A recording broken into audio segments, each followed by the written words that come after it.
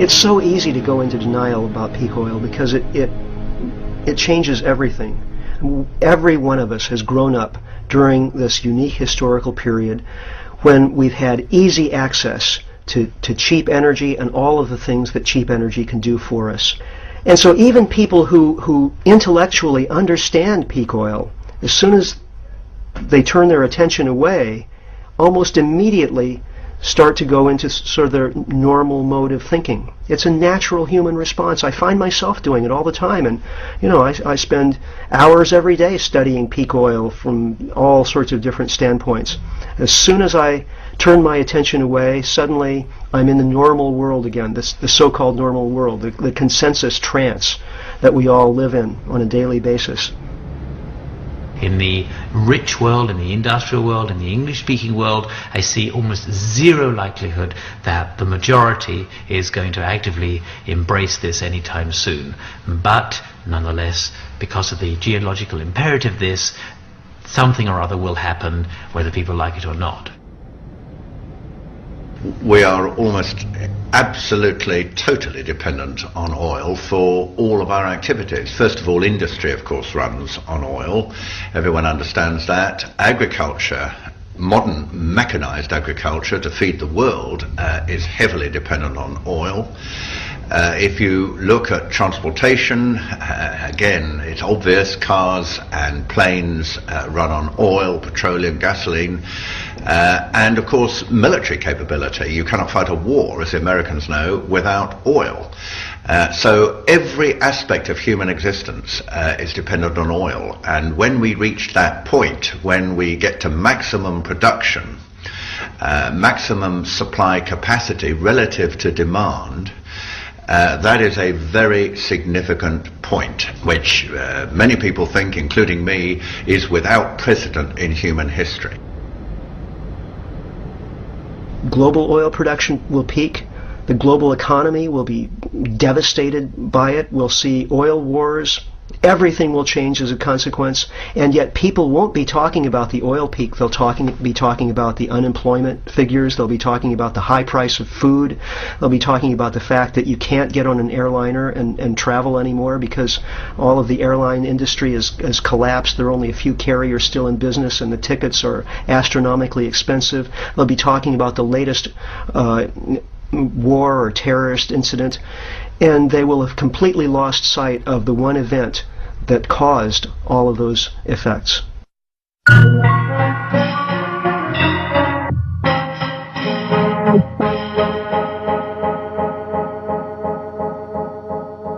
I think the evidence for peak oil is absolutely overwhelming. First of all, we're discovering less and less new oil fields. Virtually 4/5 of the oil that we're now consuming comes from fields discovered before 1970.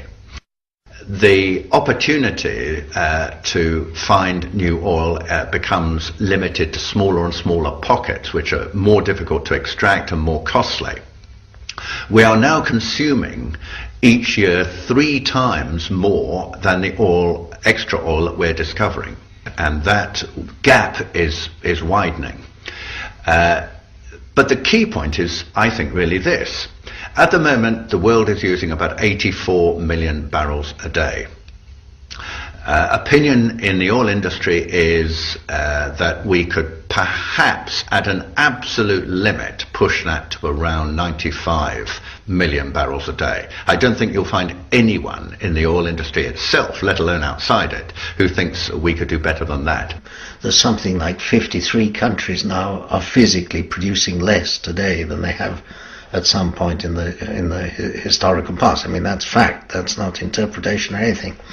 Of course, you could, if it's just reached peak, you may say that's an anomaly. It may be able to do a little bit better next year, but by and large, most countries are either past peak or going over it. Britain, for example, peaked in 1999. Norway has also now gone over the top, as the Norwegian government confirms, and it's falling fast, about 6% a year. So that means the world is pretty much close to peak of ordinary conventional oil. Then there's another surge of this deep water oil, the last frontier, so to speak. There's a little surge of that coming in probably. And then, of course, there's the heavy oils of Canada and Venezuela that come in. There's a huge resource. There's no shortage of it. But the extraction rate is extremely slow and expensive. So if you put the whole thing together, I think we have a peak around 210. I think the general consensus, probably within the oil industry itself, although they're very unwilling to say this publicly, but the academic researchers, who are much more likely to be independent and hard-headed in their analysis outside the oil industry, believe that peak oil probably in the area of a 2010-2015, something like that. And after that, we begin to see a gradual, very slow, gradual reduction in the supply, but an acceleration of demand. That's why this is not alarmist. It is impossible to believe that will not happen. It is going to happen. Also, there's so much debate about this date of peak. It really misses the point to a degree, because whether the peak came last year, this year, or in 10 years' time doesn't really make that much difference, because it's not a high peak, it's only the maximum, a rather gentle curve. And the real impact of all of that, which is beginning to be realized, is not the peak itself, but the vision of the long decline that follows peak. And that's a relentless, remorseless decline that goes on forever at 2 or 3% a year. It's not individually very much, but that eats into our supply very seriously and ever worse. We expend about 10 calories of fossil fuel energy for every calorie of food energy that we produce. Now, this would have been impossible in any earlier historical time before we had access to cheap oil. If we had been expending more energy to grow food in the medieval era than the food gave us, we would starve. It's only because of this one-time only gift from nature of fossil fuels that were created over millions of years and stored up, and that we have been drawing down over the course of just a couple of hundred years, that we're able to run these energy deficits in our food system. So we're enormously exposed in that area, and peak oil could in fact mean widespread hunger and even famine on a global scale if we don't prepare for it and begin to transform our global food system to one that is not so dependent on fossil fuels. So I think it's a great illusion for people to think, oh yes, we've been through this, we faced it in the 1970s and we got out of it. We sort of got out of it. You could argue that we made a right mess of getting out of it and got ourselves into a much worse fix, and we should have listened to some of the signals from the Earth and so forth, but we clearly didn't. This time it's going to be different. And I think that's going to be rather a stark realization for people. And I think people for a long time are going to be thinking, oh, we got out of the 1930s, we got out of the 1970s, what's going wrong? Why can't we get out of it now using the same kind of techniques? And I think using the same kind of techniques, at least some of the similar techniques, will be a great mistake, although I've no doubt that's what's going to be tried, unfortunately.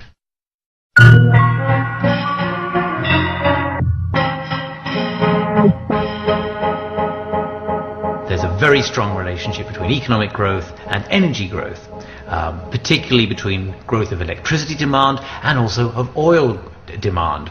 And one of the reasons is that as the economy grows, we nearly always transport more stuff, people drive to more places, they fly to more places, more tourism, more everything, more food comes from far distant places. We're basically moving more molecules faster to more places in greater quantity, and all of this moving of molecules takes a great deal of energy, and most of that energy is oil. And this is where peak oil comes in, because the implication of peak oil is that oil prices are going to become more volatile, and that the average price of oil is going to remain structurally higher than it has in decades. And if that happens, then the economic value securing this American debt structure has got to be valued downwards by some factor. Let's call it X. And factor X is the thing that threatens the United States most. What happens if, especially your key energy feedstock, which is oil, what happens if that goes into decline? And it seems to many of us analyzing this that it's unavoidable, the conclusion is unavoidable, that economic contraction will be the result of this. I've not seen any convincing evidence that will not be so. The economy is really kept afloat by the confidence of investors and consumers that economic growth is going to continue. If there's a widespread perception that the economy is going to contract, people will stop taking out new loans. People will stop buying new houses. Investors will stop investing. And the consequence of that is that the economy will begin to shrink.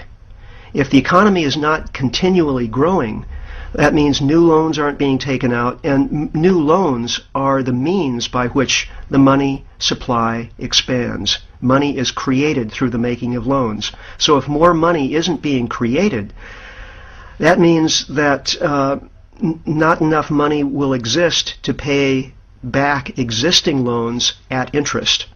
That means there will be foreclosures, and when that happens, money effectively starts to disappear from the economy. The decline itself is not really a serious crisis, but as the financial community wakes up that the growth is no longer possible, and this decline has not only started, but it's going on, it's not just a little downturn, it's a beginning of a new age, that this could cause quite a shock. I mean, it could cause resource wars for people to try and get access to what is left. It could, I think personally, it probably heralds the second Great Depression, that somehow they've got to wipe out just mountains of capital. Irrespective of the peak itself, I think there'll be such a gap between the available supply and the desire, if you like, the demand, that it'll already cause huge trouble. Now that may coincide with the peak and that may not. So that will be a very interesting period of time to look at in terms of public reaction. And I mean, once you start seeing gas lines, once you see petrol stations, gasoline stations running out of gasoline, once you start seeing trucks on American roads and on European roads just broken down and run out of diesel on the side of the road, not having made their deliveries, supermarket shelves going empty, once you start seeing that kind of thing, it's going to be very, very difficult for opinion leaders, for the media, for politicians, for corporate executives. It's going to be very difficult for them to spin a tale which explains that without actually admitting that actually the reason is that we're at peak oil and we're facing decline.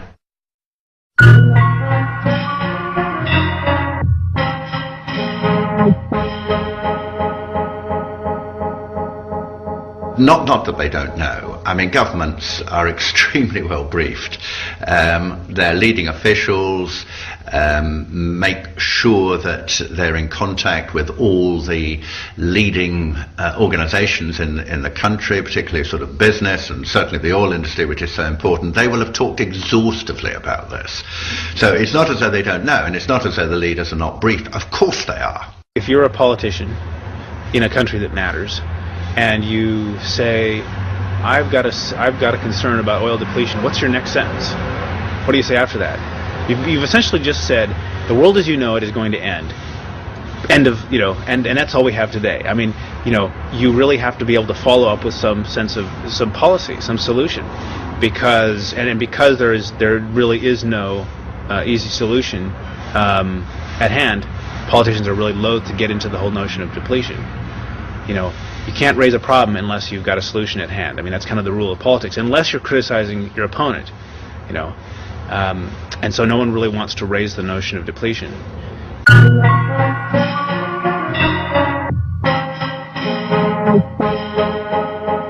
Of course, one would expect the politicians across the world to have begun to get together to talk about the implications and what each of them needs to do in order to deal with this threat. I suspect the reason that doesn't happen is because the United States, the far and away the most powerful country of the world, has decided that it doesn't want to convene an international conference to discuss how it's going to be shared out. What they have decided to do, pretty clearly from invading Iraq and trying to control oil from the Caspian Basin, which is the second largest repository of oil that is left in the world, is to try and monopolize for themselves the supply of this oil, because oil is power. Without cheap oil, the American empire would never have come about. Certainly as in anything like the form that we know it. Cheap oil has been absolutely critical to the construction of the political economy that is the United States today. And if you remove cheap oil, then that political economy has to change profoundly. The mainstream media, I think, have done an abysmal job of reporting on the events of 9/11, on peak oil, and other things that really impact our lives. I mean, the average person knows much more about the personal habits of Brad Pitt than they know about peak oil and what's going to affect their life in the near future. I mean, if they don't have food to eat, if they don't have a job, that's something they need to know about beforehand. That's something they need to prepare for. And peak oil is the event of our lifetimes. It's going to dwarf anything that any of us has experienced in our lives up to this point. And yet we're told virtually nothing about it. Same thing with 9/11. I mean, here was the great political event, so-called terrorist event of our lifetimes. The world has changed profoundly as a result of it, and yet there's absolutely no real investigative reporting about it in the mainstream media. Instead, we have a lot of very courageous, independent investigative journalists who find it impossible to get their work published in the mainstream. It's a disastrous situation.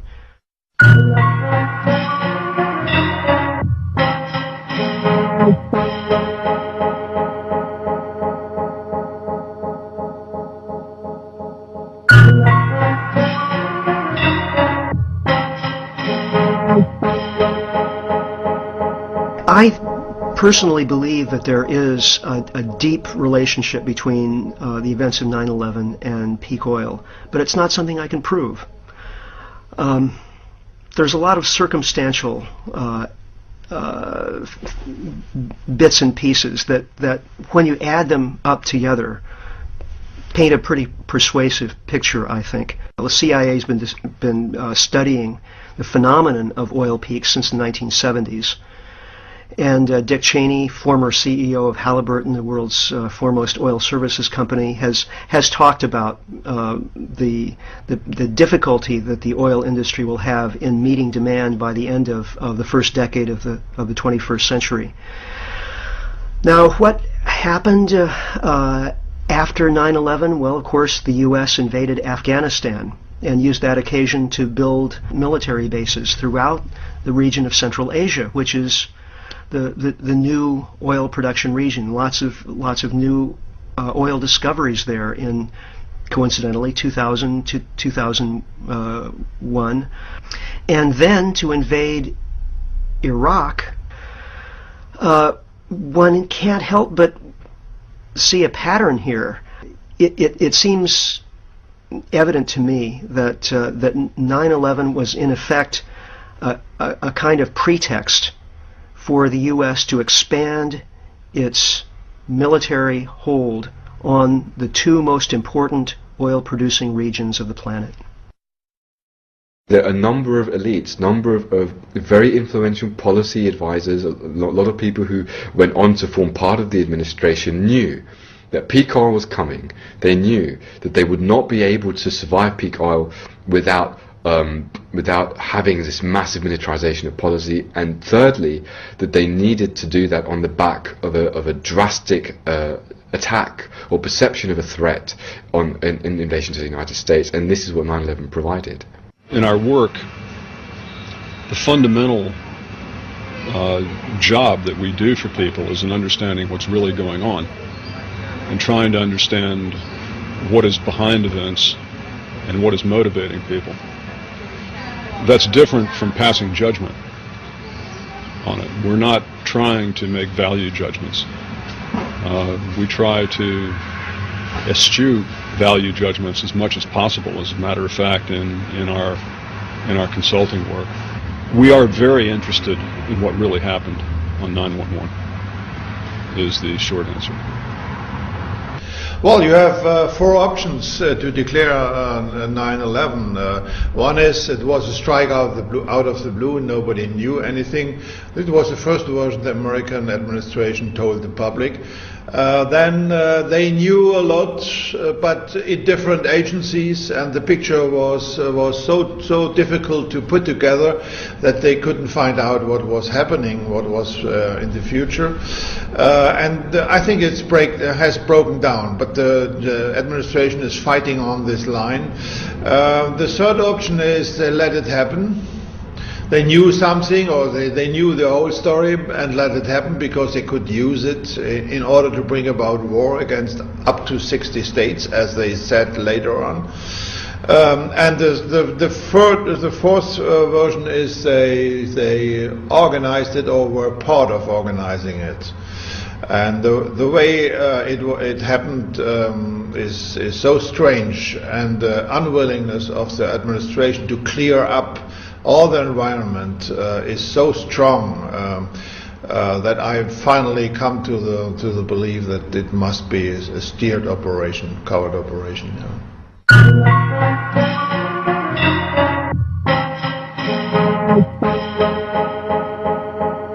When I started looking through the 9/11 Commission report, I was outraged. I mean, here was a book that had shot to the top of the bestseller lists, and Americans, millions of Americans, were looking to this report, this book, to tell them what actually happened on September 11th, 2001.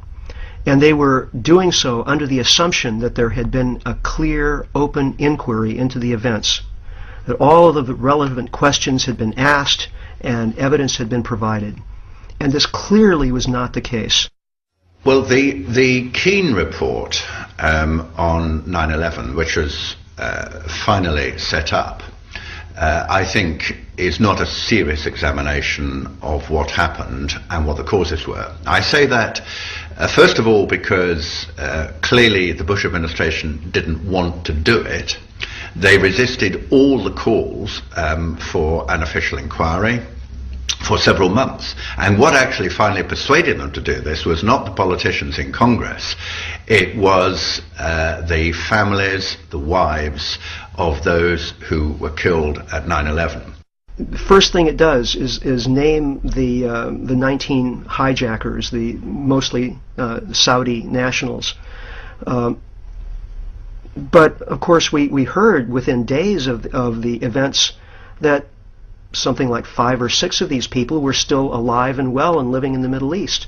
Why wasn't this addressed in the 9/11 Commission report? Why weren't why wasn't there some inquiry as to who were the real hijackers if in fact the people who had been identified were clearly not the right people? And on the day itself, which I think is the most significant evidence, the first plane hit at 8:46 a.m., the southern tower at about 9:05 a.m., the third plane hit the Pentagon at 9:38 a.m.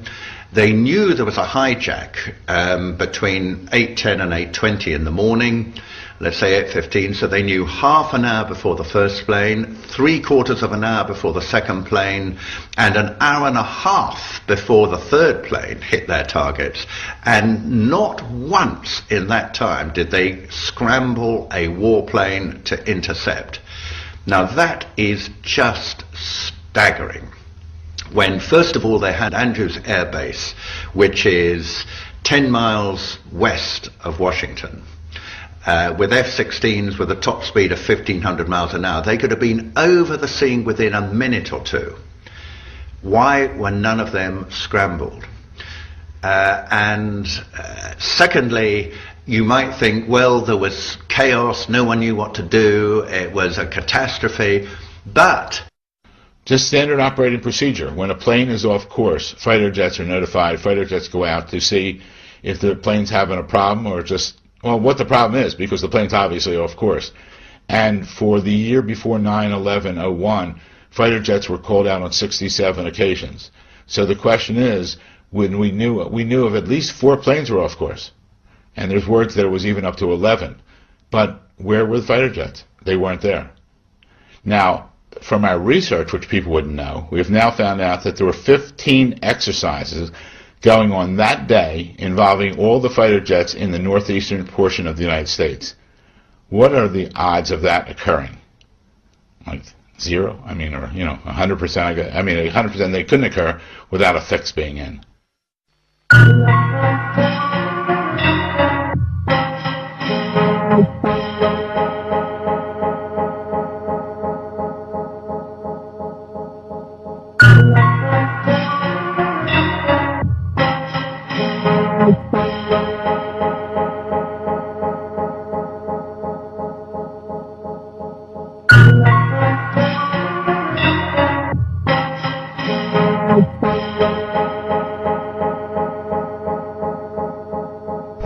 Why had these towers fallen so quickly, these steel-framed towers?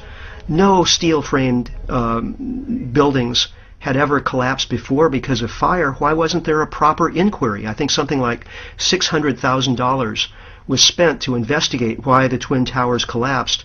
Meanwhile, something like $52 million were spent to investigate whether Bill Clinton had had an affair.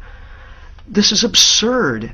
There's been many fires in many buildings before and even after. And I think in Philadelphia, Pennsylvania, where I'm from, right outside of Philadelphia, there was the Meridian building fire and smoke throughout the building. Several firemen were killed in that fire. Building didn't fall down. Buildings don't fall down, never did before, never did after. A prime example is what occurred in February of 2005. A 45, 50-story building in Madrid, Spain, burned out of control, wildfires. It was on all the TV shows and networks. The building was totally gutted. Still stood afterwards. Still stood there. Taking it down, I witnessed it myself.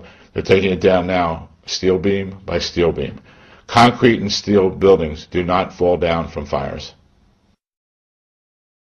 I know it's hard for people to believe, but it's our position that they came down because they were imploded or explosives occurred. Fact is, building number 7, across the street from the North and South Tower, had some fires in it, but no plane hit it. At 5:20 in the afternoon, the owner of the building, Larry Silverstein, receives a phone call from the fire department saying they can't put out the fire. So he said, pull the building. Pull the building means implode the building. I remember getting a call from the fire department commander telling me that they were not sure they were going to be able to contain the fire. And I said, you know, we've had such terrible loss of life. Maybe the smartest thing to do is pull it. And they made that decision to pull, and then we watched the building collapse.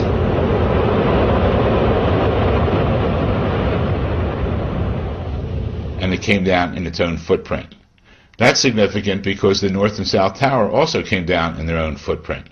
That's also significant because the remnants of Building 7 was pulverized material. The remnants of the North and South Tower was pulverized material. In the basement of Building 7, they found molten steel at 1500 degrees. In the basement of the North and South Tower, they found molten steel at 1500 degrees. You know, 1 and 1 still equal 2 as far as I'm concerned. And that's a fact that people can take a look at. When thermite is used to cut steel, it leaves behind molten iron. And two scientists, engineers who were at the World Trade Center in the weeks after 9/11 reported seeing massive amounts of molten iron. And I found out that there was pools of molten steel found in the basement of the World Trade Center when they finally scraped down to that level. So that indicates that temperatures of a very high degree were reached through the use of thermite. Now what happened is that the steel was taken, and the federal government oversaw this. There were 4 companies involved in the cleanup. They took the steel to a dump on Staten Island, and then it was promptly cut up and sent to places like Korea, China, and India, where it was promptly melted down. This is the largest destruction of evidence from a crime scene in history. I don't know how many people within governments have second thoughts. I think the Secret Services know quite well, and they have the professionals finding out that this can't happen like the American administration is telling the public. There are experts around which would agree with dissent. But to put it up and to bring it into the operational level for governments, it's very difficult because the American administration is fighting like hell against anybody who is doubting about their version of things.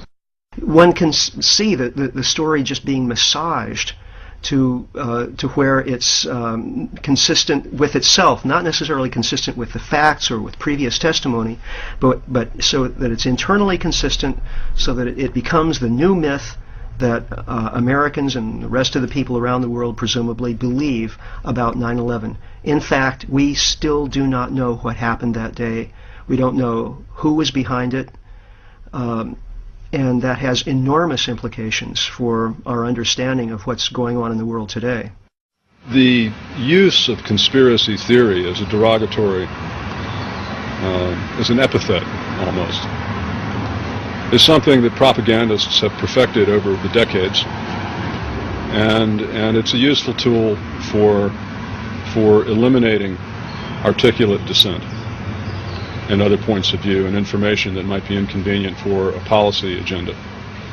I think it's very much part of the political culture to it's ingrained in us that this kind of, the idea that our leaders could ever commit atrocities against our own civilians is so morally horrible, horrifying. We just can't believe it. And I think that this really goes back to the way our culture has developed over the years. The idea that Western civilization has ingrained in it certain moral categories that prevent us from doing any certain kinds of acts. People don't want to believe it occurred, but we have to go back in history. People in Germany didn't believe what was taking place in the 1930s and 1940s. Jewish people did not believe what was taking place throughout Europe. People in the United States didn't want to accept what was taking place back then. So we should look back in history and realize that events like this have taken place, and we better put up our safeguards now before it's too late.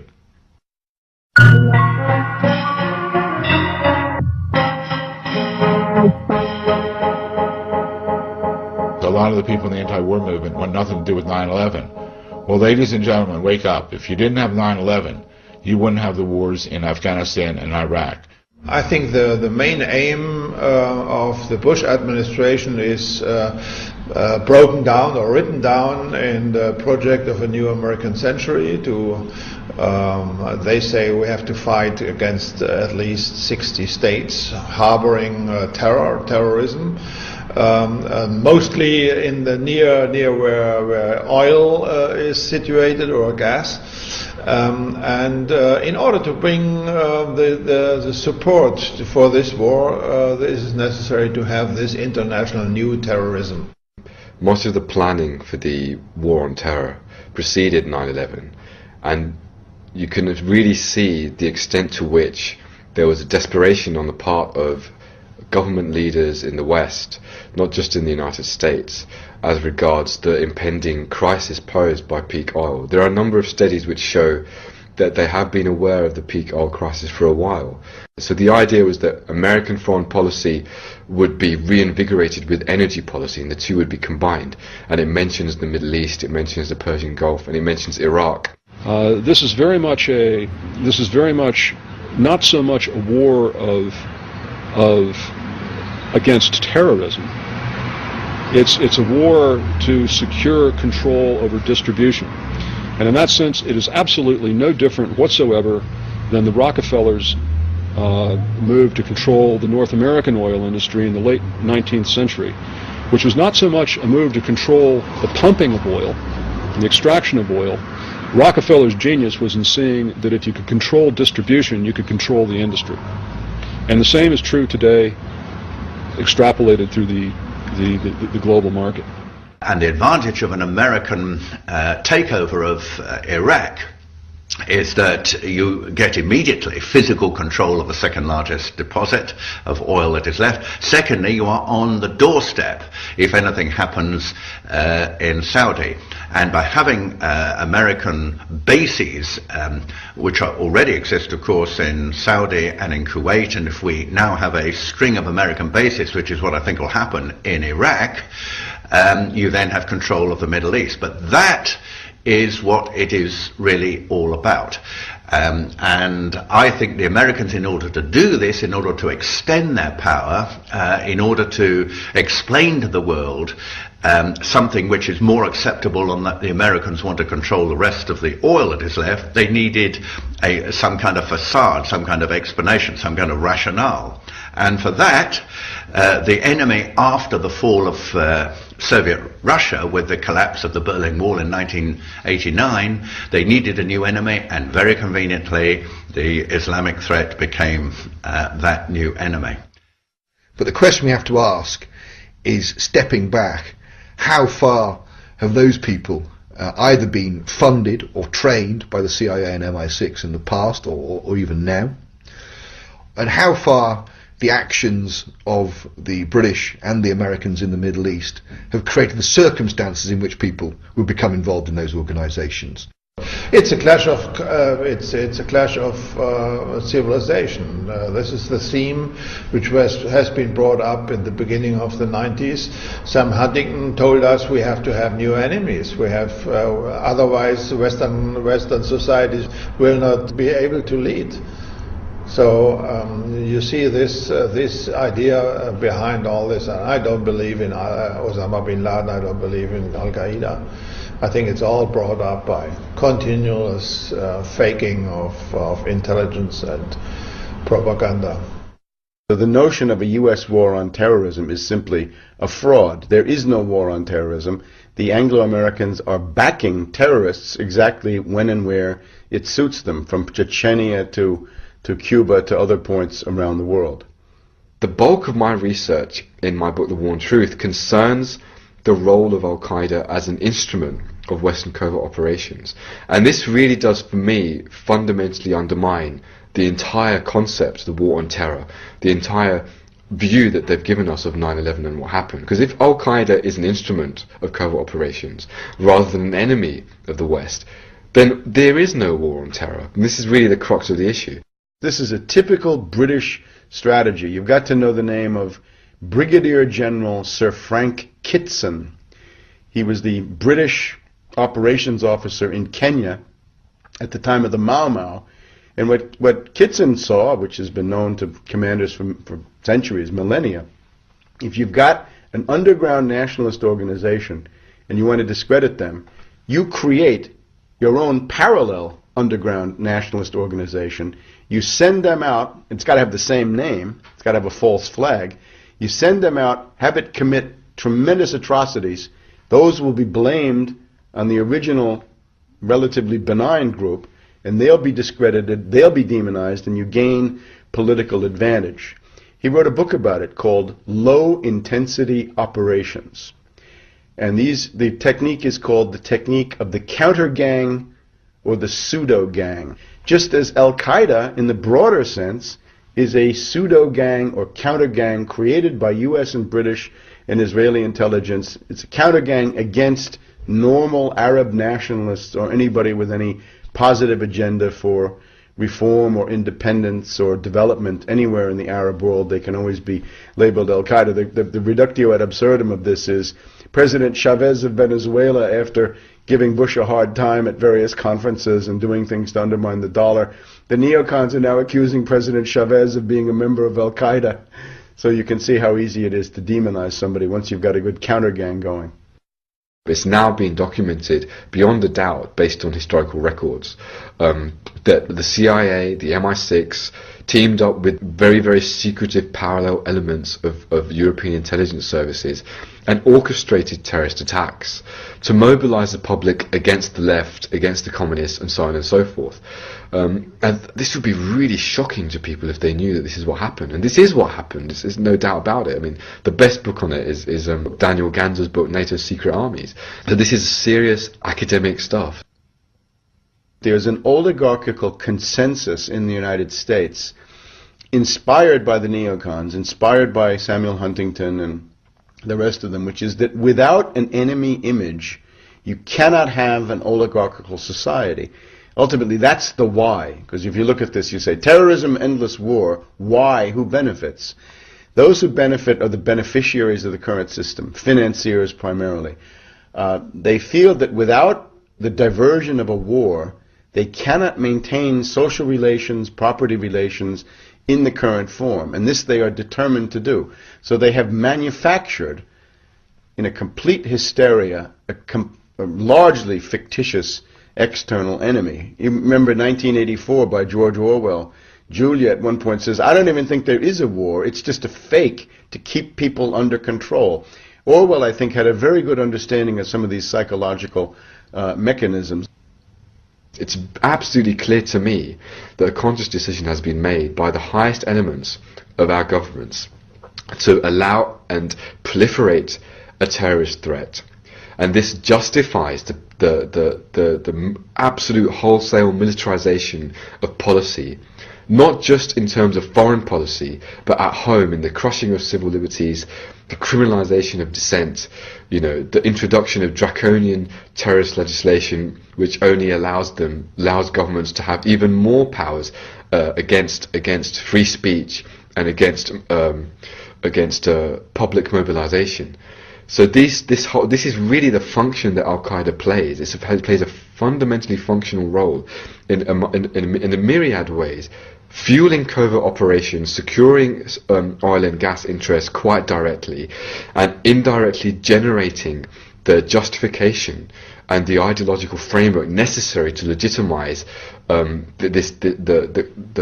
this whole insanely repressive structure of violence that we have today, called the war on terror, which is really just a gigantic lie.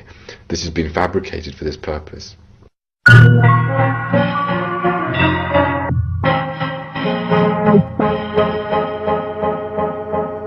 When the economic impacts of peak oil take hold, there's going to be very high unemployment. And when countries descend into that kind of economic turmoil, there is social unrest, almost always as a consequence. I mean, look back to the 1930s. There was real concern throughout corporate America that the United States might fall to a communist government. Now,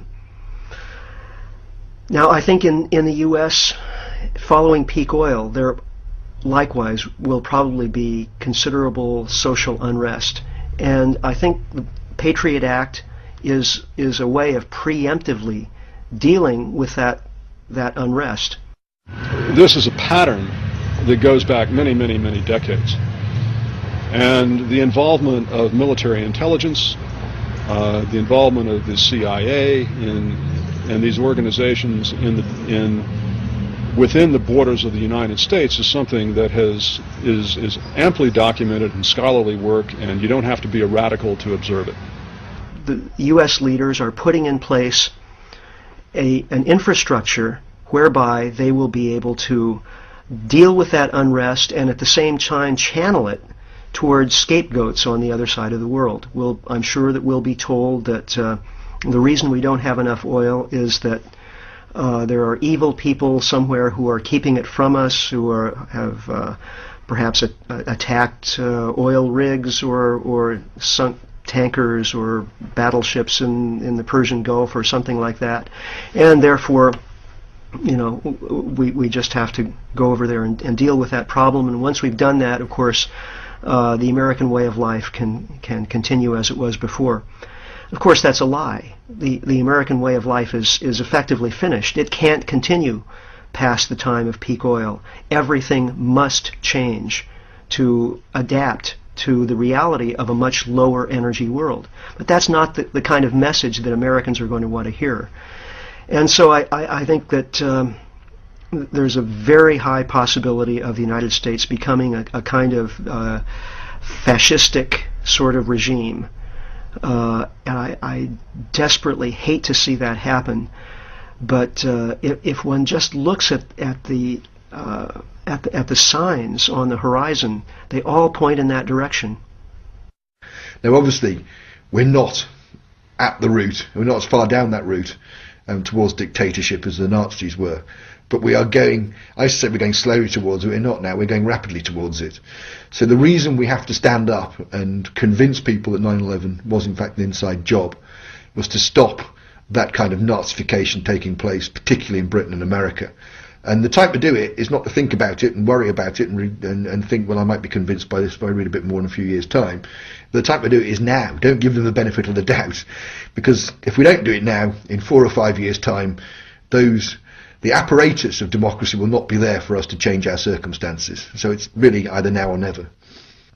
When you see Bush defend his Iraq policy, you will see that he does not use Iraq arguments in terms of closing the deal. When it comes to the heart of the matter, he uses 9/11 arguments. If he's asked, why did 2,000 people have to die in Iraq for no reason?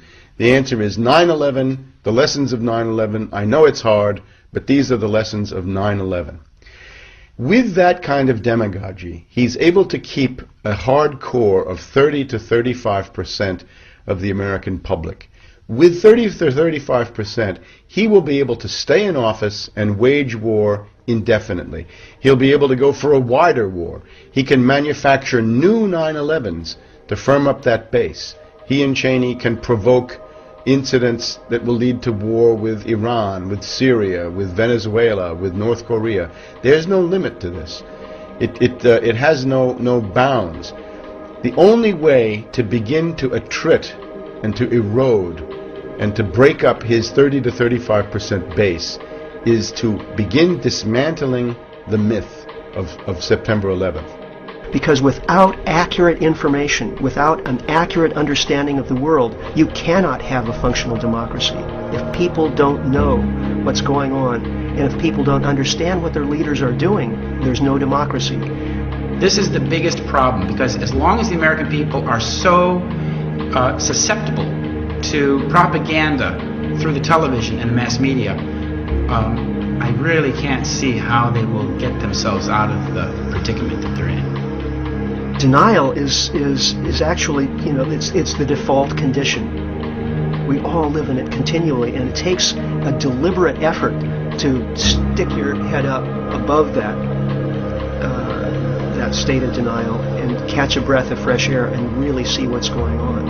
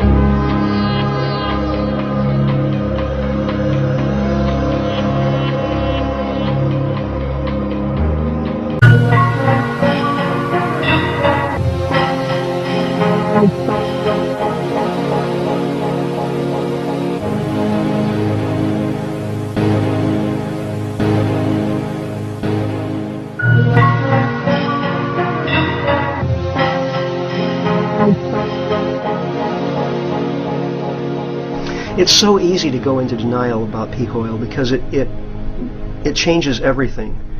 Every one of us has grown up during this unique historical period when we've had easy access to cheap energy and all of the things that cheap energy can do for us. And so even people who intellectually understand peak oil, as soon as they turn their attention away, almost immediately start to go into sort of their normal mode of thinking. It's a natural human response. I find myself doing it all the time, and I spend hours every day studying peak oil from all sorts of different standpoints. As soon as I turn my attention away, suddenly I'm in the normal world again, the so-called normal world, the consensus trance that we all live in. Virtually 4/5 of the oil that we're now consuming comes from fields discovered before 1970. The opportunity to find new oil becomes limited to smaller and smaller pockets, which are more difficult to extract and more costly. We are now consuming each year 3 times more than the extra oil that we're discovering. And that gap is widening. But the key point is, I think, really this. At the moment, the world is using about 84 million barrels a day. Opinion in the oil industry is that we could perhaps, at an absolute limit, push that to around 95 million barrels a day. I don't think you'll find anyone in the oil industry itself, let alone outside it, who thinks we could do better than that. There's something like 53 countries now are physically producing less today than they have at some point in the historical past. I mean, that's fact. That's not interpretation or anything. Of course, that is a very significant point, which many people think, including me, is without precedent in human history. Global oil production will peak. The global economy will be devastated by it. We'll see oil wars. Everything will change as a consequence, and yet people won't be talking about the oil peak. They'll be talking about the unemployment figures. They'll be talking about the high price of food. They'll be talking about the fact that you can't get on an airliner and travel anymore because all of the airline industry has collapsed. There are only a few carriers still in business, and the tickets are astronomically expensive. They'll be talking about the latest war or terrorist incident, and they will have completely lost sight of the one event that caused all of those effects.